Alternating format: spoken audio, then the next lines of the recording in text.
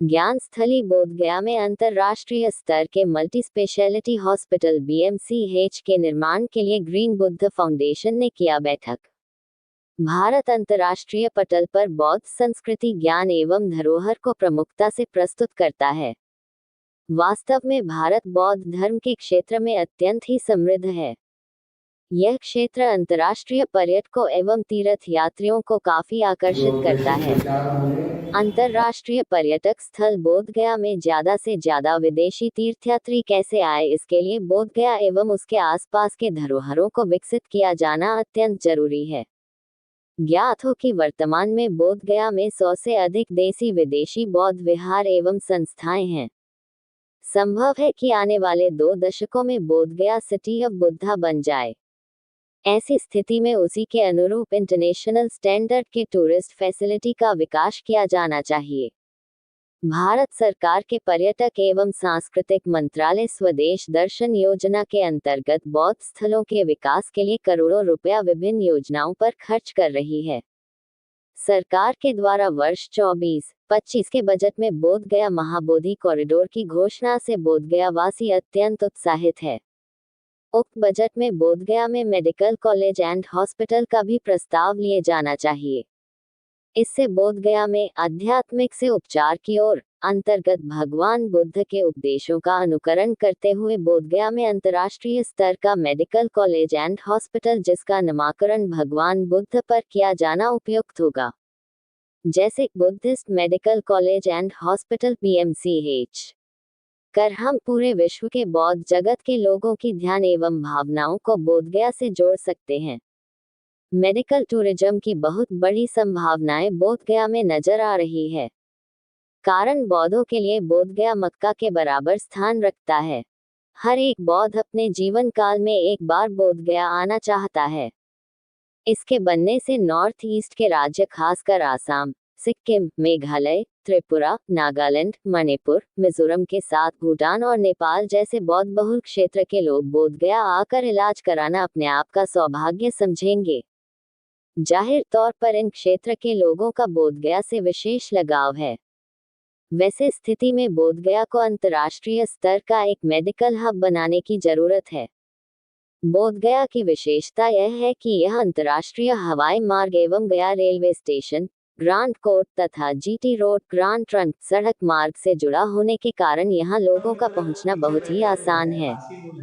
खासकर बौद्ध देशों से अंतर्राष्ट्रीय स्तर पर जब यहाँ लोग अपने इलाज के लिए आएंगे तो निश्चित तौर पर सरकार को, देश को, आम जनता को इसका लाभ मिलेगा।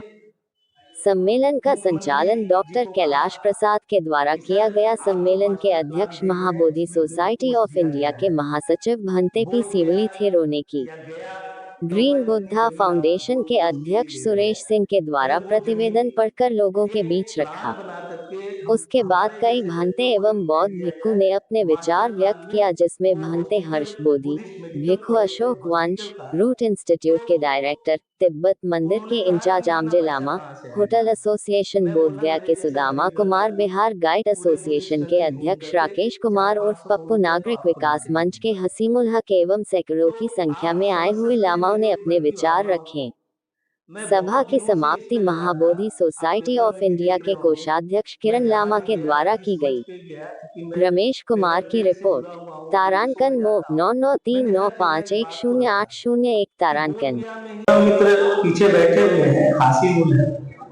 मैं उनके साथ माननीय मुख्यमंत्री जी के सचिवालय में बैठा था और मास्टर प्लान पे एक बहस छिड़ी थी।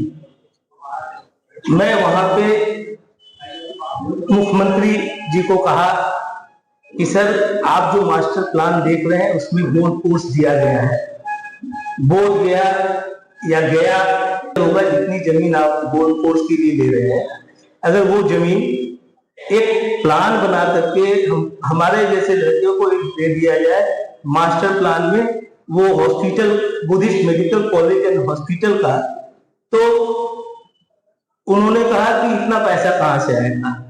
मैं बोला, मेरे जैसा गरीब लड़का भी पूरे बुद्धिस्ट कंट्री घूम करके 400-500 करोड़ रुपया तो आपको ला के दे देगा।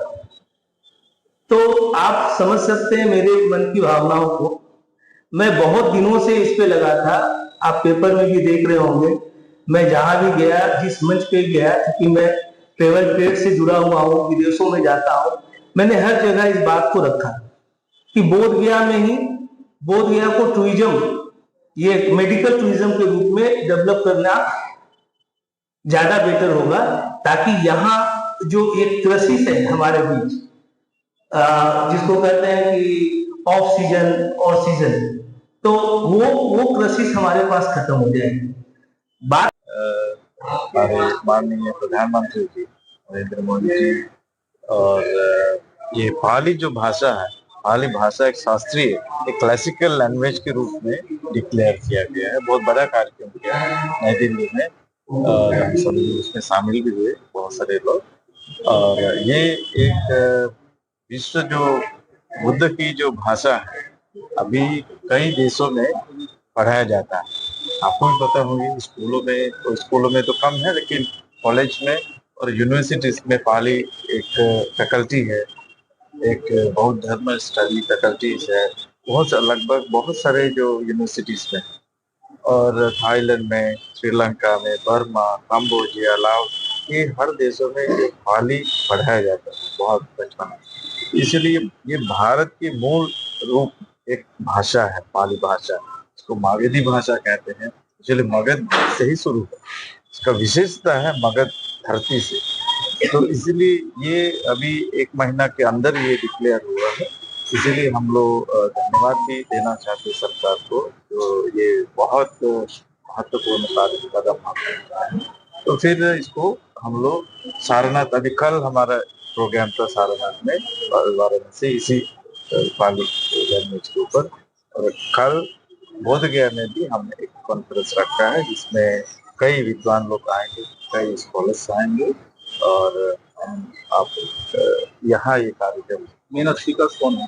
मेन स्पीकर्स है नालंदा यूनिवर्सिटी के वाइस चांसलर हैं माननीय, और doctor Shyama Prasad Mukherjee foundation of नई दिल्ली से उनका अध्यक्ष भी आएंगे, और कई स्कॉलर्स आएंगे कल।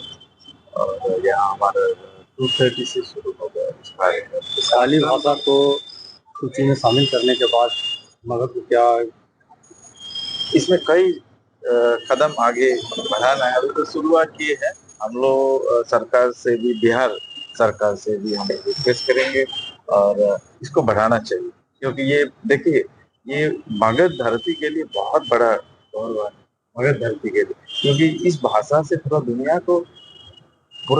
दुनिया में बुद्ध की जो संदेश ले गया इसी भाषा से। तो आप मान लो 5 लोगों से ये संदेश शुरू हो गया पूरा विश्व के लिए, और पूरा विश्व में बहुत सारे देशों में ये भाषा बोला जाते हैं, और लोग पढ़ाए जाते हैं यूनिवर्सिटीज में। ये बहुत गौरव की बात है आपके बिहार के लिए, आपके मगध धरती के लिए। इसलिए आप सब और हम सब मिलके, और सरकार से और इसको आगे बढ़ाने के लिए हमको रिक्वेस्ट करना चाहिए, प्रयास करना चाहिए। बनते सीवरी, महासचिव महाभोग सोसाइटी। बीएमसीएच का जो प्रोजेक्ट ला रही है, तो वो क्या है? एक्चुअली हम बहुत दिनों से इस पे लगे हुए थे कि बोध गया में एक भगवान बुद्ध के नाम पर एक मल्टी नेशनल लेवल का हॉस्पिटल खुले, और उसका बेनिफिट ये है कि जो बौद्धिस्ट कंट्री है या जो बौद्धिस्ट हमारे राज्य हैं, उनके लोग यहाँ आकर के इलाज कराएं, और ये जब सालों भर सिलसिला चलेगा तो ये सीजन ऑफ सीजन का कोई महत्व नहीं रह जाएगा। और एक बहुत बड़ी बात होगी उन बुद्धिस्टों के लिए, क्योंकि जो बुद्धिस्ट होते हैं वो हर बार चाहते हैं एक बार बोध गया हम आए, क्योंकि उनकी एक इच्छा होती है। तो इसी बहाने बौद्धिस्ट जगत के जो लोग हैं वो हमेशा वो चाहेंगे कि हम चलो इसी बहाने इलाज करा लेंगे, इसी बहाने भगवान बुद्ध के दर्शन कर लेंगे।